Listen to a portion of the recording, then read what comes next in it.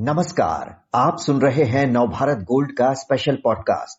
पश्चिम बंगाल में ममता बनर्जी लगातार तीसरी बार भारी बहुमत से सरकार बनाने जा रही है। बीजेपी ने यहां अब की बार 200 पार का नारा दिया था, पर वो डबल डिजिट भी पार करती नहीं दिख रही।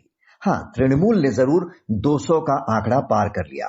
बंगाल की हार ने बीजेपी को असम में लगातार दूसरी बार मिली जीत को भी फीका कर दिया है। केरल में लेफ्ट फ्रंट ने भी लगातार दूसरी बार जीत हासिल कर परंपरा को तोड़ा है, तो वहीं तमिलनाडु में डीएमके ने सत्ता हथिया ली है। पूरी तस्वीर समझने के लिए बात करते हैं नवभारत टाइम्स के नेशनल पॉलिटिकल एडिटर नदीम से।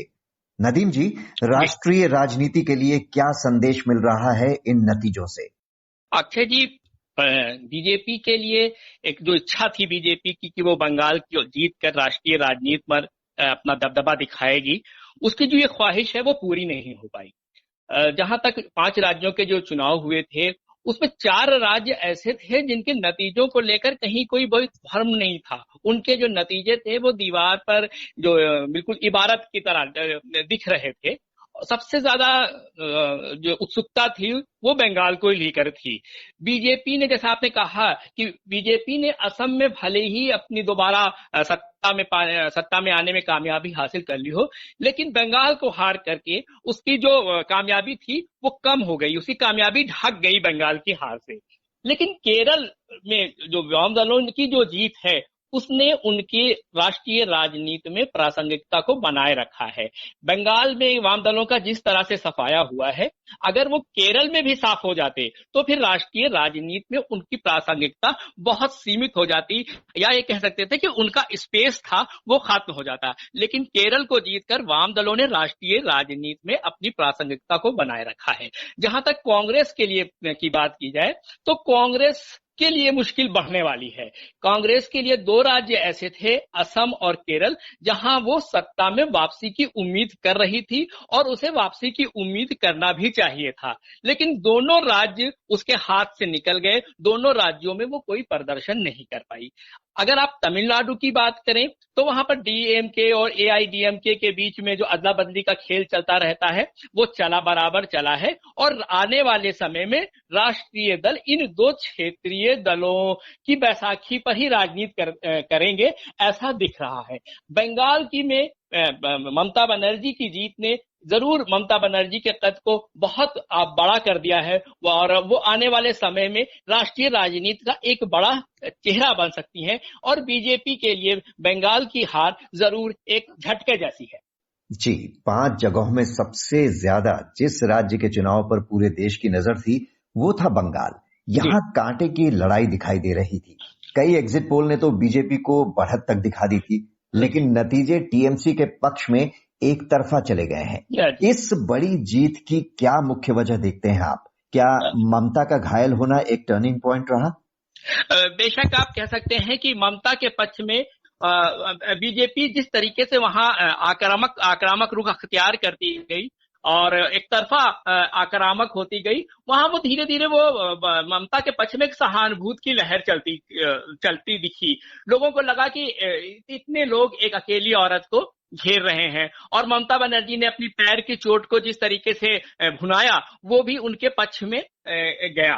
कुछ जो वहां के स्थानीय लोग हैं उनका ये मानना है, उनसे अभी चुनाव के नतीजों के बाद हमारी बात हुई, उनका ये मानना है कि बीजेपी को जरूरत से ज्यादा आक्रामकता नहीं दिखानी चाहिए थी ममता बनर्जी के खिलाफ, लेकिन उसने वहां पर दिखाया। लेकिन एक बड़ी एक जो ये नतीजे हैं उसमें बीजेपी के जो पक्ष में जो बात जाती दिखी वो ये है कि जो हिंदी भाषी वोटर था वो बीजेपी के पक्ष में गया।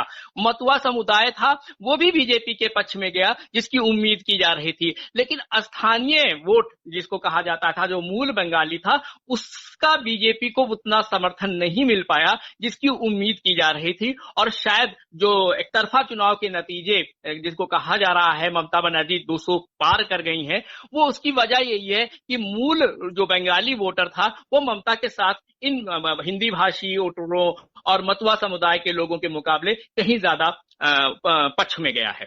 बंगाल का चुनाव जिस तरह से मोदी बनाम ममता बन गया था, उसमें बीजेपी की यह हार क्या प्रधानमंत्री नरेंद्र मोदी की हार मानी जाएगी? दरअसल भारतीय राजनीति में ऐसा कोई उदाहरण नहीं मिलता है कि जहां हार जब हो तो पार्टी के जो सबसे बड़ा चेहरा हो उसकी हार को माना जाए। वहां पार्टी उस हार को अपने ऊपर ले लेती है, लेकिन जीत का श्रेय वो बड़े नेता को देती है। तो नरेंद्र मोदी जी की चुनाव तो बेशक नरेंद्र मोदी बनाम ममता बनर्जी हुआ था, लेकिन इस हार को नरेंद्र मोदी की हार नहीं माना जा रहा है। ये पहला मौका भी कहा जा रहा है कि ये पहला मौका भी नहीं है कि जब नरेंद्र मोदी चुनाव के मैदान में उतरे हों अपनी पार्टी को जिताने के लिए, तो वो जिताकर ही लौटे हों। कई मौकों पर उन्हें हार का सामना करना पड़ा है। 2014 में सत्ता में आने के बाद जब दिल्ली के चुनाव हुए थे तो दिल्ली में भी अरविंद केजरीवाल के सामने उनको हार का सामना करना पड़ा था। इसके बाद बिहार में लालू यादव और नीतीश कुमार का जो गठबंधन हुआ था उसमें भी नरेंद्र मोदी जी को ही बीजेपी ने चेहरा बनाकर चुनाव लड़ा था, लेकिन वहां पर भी बीजेपी को हार का सामना करना पड़ गया था। और बंगाल में भी वही हुआ है। लेकिन इस हार को क्या कहते हैं, नरेंद्र मोदी की हार नहीं माना जा रहा है और नहीं माना जाएगा। बंगाल जीतने के लिए बीजेपी ने जिस तरह से सब कुछ दांव पर लगा दिया था, अन्य राज्यों की पूरी लीडरशिप वहां उतार दी थी, ममता बनर्जी ने इसे बंगाल की अस्मिता से जोड़ दिया था। क्या इस मुद्दे ने बीजेपी को नुकसान पहुंचाया है? बेशक हमको तो यही लग रहा है कि बीजेपी ने जिस तरीके से बाहर अपने सारे राज्यों के नेताओं को उतार दिया था, खासतौर से हिंदी बेल्ट के नेताओं को उतार दिया था, वहां ये माना जा रहा था कि जो बंगाल के अलावा अलग अलग राज्यों से जो लोग पहुंचे हैं, उन्होंने रोजी रोटी के लिए कमाने का जरिया बनाने के लिए जो बंगाल पहुंचे थे, वो वहां के वो अस्थायी वोटर बन गए थे और कम से कम 70 सीटों पर उनका दबदबे की बात कही जा रही थी। और इसी के मद्देनजर बंगाल में बीजेपी ने अलग अलग राज्यों के सारे नेताओं को अपने वहां उतार दिया था। उनका समर्थन भी बीजेपी को मिल रहा था, लेकिन ममता बनर्जी ने इसे एक मुद्दे के रूप में ले लिया। उनको लगा कि उन्होंने वहां के वोटर्स के बीच में कहा भी कि बंगाल में जो भी हो रहा है वो बीजेपी इसको अपने तरीके से बंगाल को चलाना चाहती है, बंगाल का चेहरा बदलना चाहती है, बंगाल की अस्मिता को बदलना चाहती है। इसीलिए उसने अपने सारे राज्यों के लोगों को यहाँ पर उतार दिया है। और अगर ये लोग जीत जाते हैं और तो फिर बंगाल वो बंगाल नहीं रह जाएगा जिसके लिए वो जाना जाता है। तो मुझे लगता है कि बंगाल में जो बीजेपी का दूसरे राज्यों के वोटरों पर अपना पकड़ को मजबूत करने के लिए तो दूसरे राज्यों के नेताओं को उतारने की एक वो कोशिश थी, वो बैकफायर कर गई। ममता के इतने बड़े कद के मुकाबले बीजेपी के पास कोई सीएम फेस नहीं था। क्या ये पार्टी को महंगा पड़ा है? अच्छा जी, मैं इससे सहमत नहीं हूं, क्योंकि ज्यादातर राज्यों में बीजेपी बगैर चेहरे के ही चुनाव लड़ती है और उससे कामयाबी मिलती है। 2017 के चुनाव को भी आप देख लीजिए, वहां पर भी बीजेपी बगैर चेहरे के चुनाव लड़ी थी और बाद में योगीनाथ को उसने मुख्यमंत्री बनाया था। ज्यादातर राज्यों में चुनाव बीजेपी नरेंद्र मोदी को ही आगे करके लड़ती रही है और नरेंद्र मोदी ही पार्टी को कामयाबी दिलाते रहे हैं। दिल्ली में भी ऐसा हो चुका है और कि बीजेपी ने अपना कोई चेहरा नहीं कभी घोषित किया था और पहले चुनाव में जब बहुत ज्यादा मांग हुई थी तो किरण बेदी को ले आए थे, लेकिन उससे भी कोई कामयाबी उनको नहीं मिली थी। हरियाणा में जब पहली बार चुनाव बीजेपी ने जीता था उस वक्त भी बीजेपी ने कोई चेहरा अपना नहीं घोषित किया था। त्रिपुरा में भी जब बीजेपी ने कामयाबी हासिल की थी उस वक्त भी बीजेपी ने अपना कोई चेहरा नहीं घोषित किया था। तो ज्यादातर राज्यों में 2014 के बाद बीजेपी ने जब वापसी करी है तो उस वक्त उन्होंने कोई चेहरा घोषित नहीं किया है। नरेंद्र मोदी ही उसके पोस्टर बॉय हुआ करते हैं, नरेंद्र मोदी ही उसके लीडर हुआ करते हैं। तो बीजेपी ने यहाँ बंगाल में ममता बनर्जी के खिलाफ कोई उम्मीदवार घोषित नहीं किया। उससे उसको कोई नुकसान हुआ या उसकी वजह से हार हुई, ये कोई फैक्टर नहीं है। अगर वहां कोई फैक्टर चलता तो वो नरेंद्र मोदी जी के ही जीत दिला सकते थे और शायद नरेंद्र मोदी जी वो कामयाबी नहीं दिला पाए जिसकी उम्मीद बीजेपी कर रही थी। कोविड की दूसरी लहर ने पूरे देश में जिस तरह से अपनी भयावहता दिखाई है और उसे संभाल न पाने के लिए केंद्र सरकार जिस तरह से सवालों के घेरे में रही, क्या इसका भी असर इन नतीजों पर पड़ता दिखा है?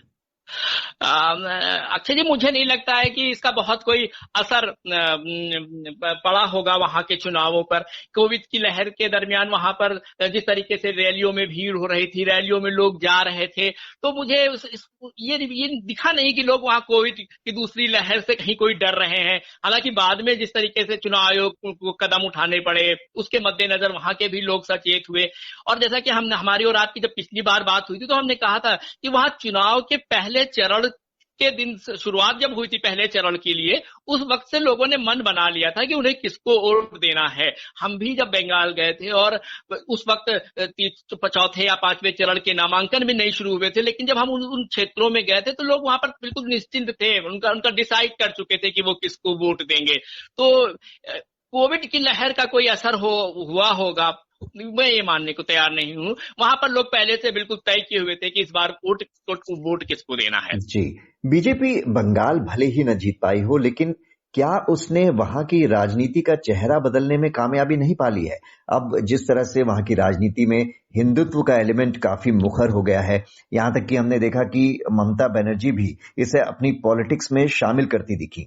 तो क्या ये बदलाव कमजोर पड़ेगा अब या और गहरा होगा? और दूसरी बात, क्या प्रमुख विपक्षी दल के तौर पर बीजेपी वहां किस तरह से ममता के लिए आगे मुश्किलें खड़ी कर सकती है और अपनी जड़ें गहरी करना चाहेगी? अक्षय जी, जो आपने पहला सवाल किया आपने हिंदुत्व एलिमेंट वाला, तो वो वहां का बीजेपी ने भले ही सरकार नहीं बना पाई, बीजेपी 100 के नीचे ही रुक गई आकर, लेकिन बीजेपी ने वहां की राजनीति का पूरा चेहरा बदल दिया है। और बीजेपी ऐसा नहीं कि वो हार गई है तो वो बंगाल को छोड़कर चली जाएगी और ममता बनर्जी उसको अपने हिसाब से वहां की राजनीति को चलाएंगी। बीजेपी अब बंगाल को जीतने के लिए उतरी थी, वो उसका जब तक के सपना पूरा नहीं होगा, वो बंगाल में अब जमी ही रहेगी। तो बंगाल में वो जमने के लिए उसने अपना जो एजेंडा सेट किया है वो उसी एजेंडे पे काम करेगी। और ममता बनर्जी को ने भी बंगाल में बीजेपी का सामना करने के लिए ही अपने एजेंडे में बदलाव किया था। वो अपने उन पर एक मोहर लगती रही है कि वो मुस्लिम परस्त हैं, वो मुसलमानों के बीच में के हक में ही काम करती हैं। तो ममता बनर्जी ने अपनी इस छवि को बदलने की कोशिश करी है इस बार इस चुनाव में। तो वो इस छवि को अपनी कायम रखेंगी, क्योंकि उनको इसी छवि के जरिए ही कामयाबी मिली है। अगर वो 200 के पार गई हैं तो उनको इसी छवि के जरिए ही कहीं ना कहीं कामयाबी मिली है। तो वो इस अपनी छवि को कायम करने की कोशिश करेंगी। और आने वाले दिनों में बंगाल के अंदर ममता बनर्जी और बीजेपी की लड़ाई और आक्रामक होगी, उसके तेवर कहीं ज्यादा आक्रामक होंगे, क्योंकि बीजेपी को लगेगा कि उसने बिल्कुल एक जीता हुआ राज उसके हाथ से निकल गया है। वो इतनी आसानी से इस हार को भुला देने वाली पार्टी नहीं है। आने वाले दिनों में बीजेपी और टीएमसी के बीच में राज्य में कहीं ज्यादा आक्रामक तकरार देखने को मिलेगी। बंगाल चुनाव में इस बार फुरफुरा शरीफ फैक्टर की बहुत चर्चा रही। आप खुद भी वहां पर गए और आपने जायजा लिया कि इसका क्या असर दिख रहा है। इसका कोई असर दिखा क्या नतीजों पर?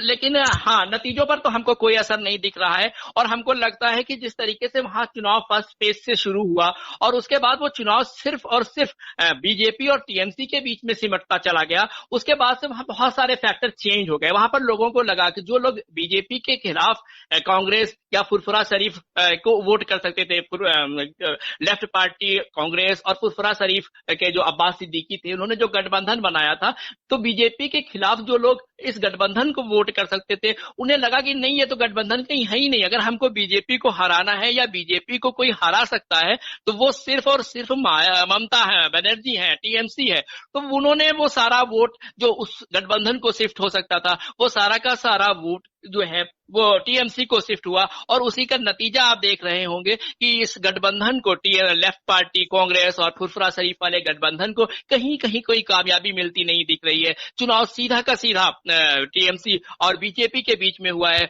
और टीएमसी का जो वोट प्रतिशत बढ़ा है उसके पीछे भी यही वजह है, क्योंकि पिछली बार ये कहा गया था कि जो लेफ्ट पार्टियों का वोट है वो बीजेपी को शिफ्ट हो गया, लेकिन इस बार लेफ्ट पार्टियों का वोट और ये बीजेपी को नहीं उतना शिफ्ट हुआ जितना कि 2019 के चुनाव में हुआ था। कांग्रेस का वोट भी उतना नहीं शिफ्ट हुआ, वो सब टीएमसी के बीच में आया, टीएमसी को आ गया है। और शायद यही वजह है कि अभी हम इलेक्शन कमीशन की जो साइट देख रहे थे उसमें 50% के आसपास टीएमसी वोट पाती दिख रही है। और वो इसी वजह से दिख रही है कि लेफ्ट पार्टी जो एंटी बीजेपी का वोट था वो कहीं और डिवाइड हुआ ही नहीं, वो सिर्फ और सिर्फ ममता बनर्जी के साथ गया है। जी, और आखिर में बात अगर वाम दलों की करें, जिनके लिए बंगाल कभी उनका मजबूत गढ़ माना जाता था, लेकिन इस बार तो ऐसा लग रहा है कि उनका लगभग सफाया सा हो गया है। तो बंगाल में अब वाम दलों का क्या भविष्य दिखता है? अच्छा जी, वाम दलों की राजनीति अब बहुत मुश्किल हो गई है। बंगाल के अंदर अब कोई बहुत बड़ी क्रांति हो जाए, कोई बहुत बड़ा बदलाव हो जाए, तभी वाम दल यहाँ आते दिख रहे हैं। वरना आज की राजनीति अगर आप पिछले 2 चुनावों को देखें तो वो चुनाव बीजेपी और टीएमसी के बीच में, वहां की राजनीति बीजेपी और टीएमसी के बीच में ही दिख रही थी। और कभी इन दोनों दलों ने, मतलब लेफ्ट पार्टीज ने और कांग्रेस ने, कोशिश ही नहीं करी कि वो इस चुनाव गठबंधन को, मतलब इस लड़ाई को त्रिकोणात्मक बना सके। चुनाव के मौके पर भले ही उन्होंने गठबंधन बनाकर लड़ाई को त्रिकोणात्मक करने की कोशिश करी हो, लेकिन उसमें वो कामयाब नहीं हुए, क्योंकि लोगों को लगा कि नहीं, ये तो कहीं है ही नहीं चुनाव में, अगर इनको वोट देंगे तो बीजेपी जीत जाएगी।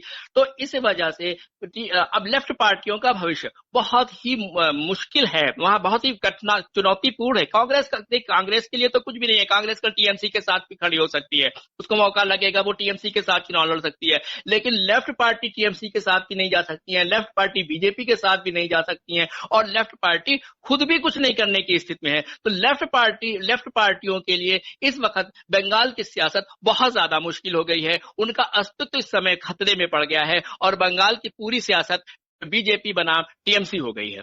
जी, नदीम जी, इस पूरे विश्लेषण के लिए आपका बहुत बहुत शुक्रिया। शुक्रिया।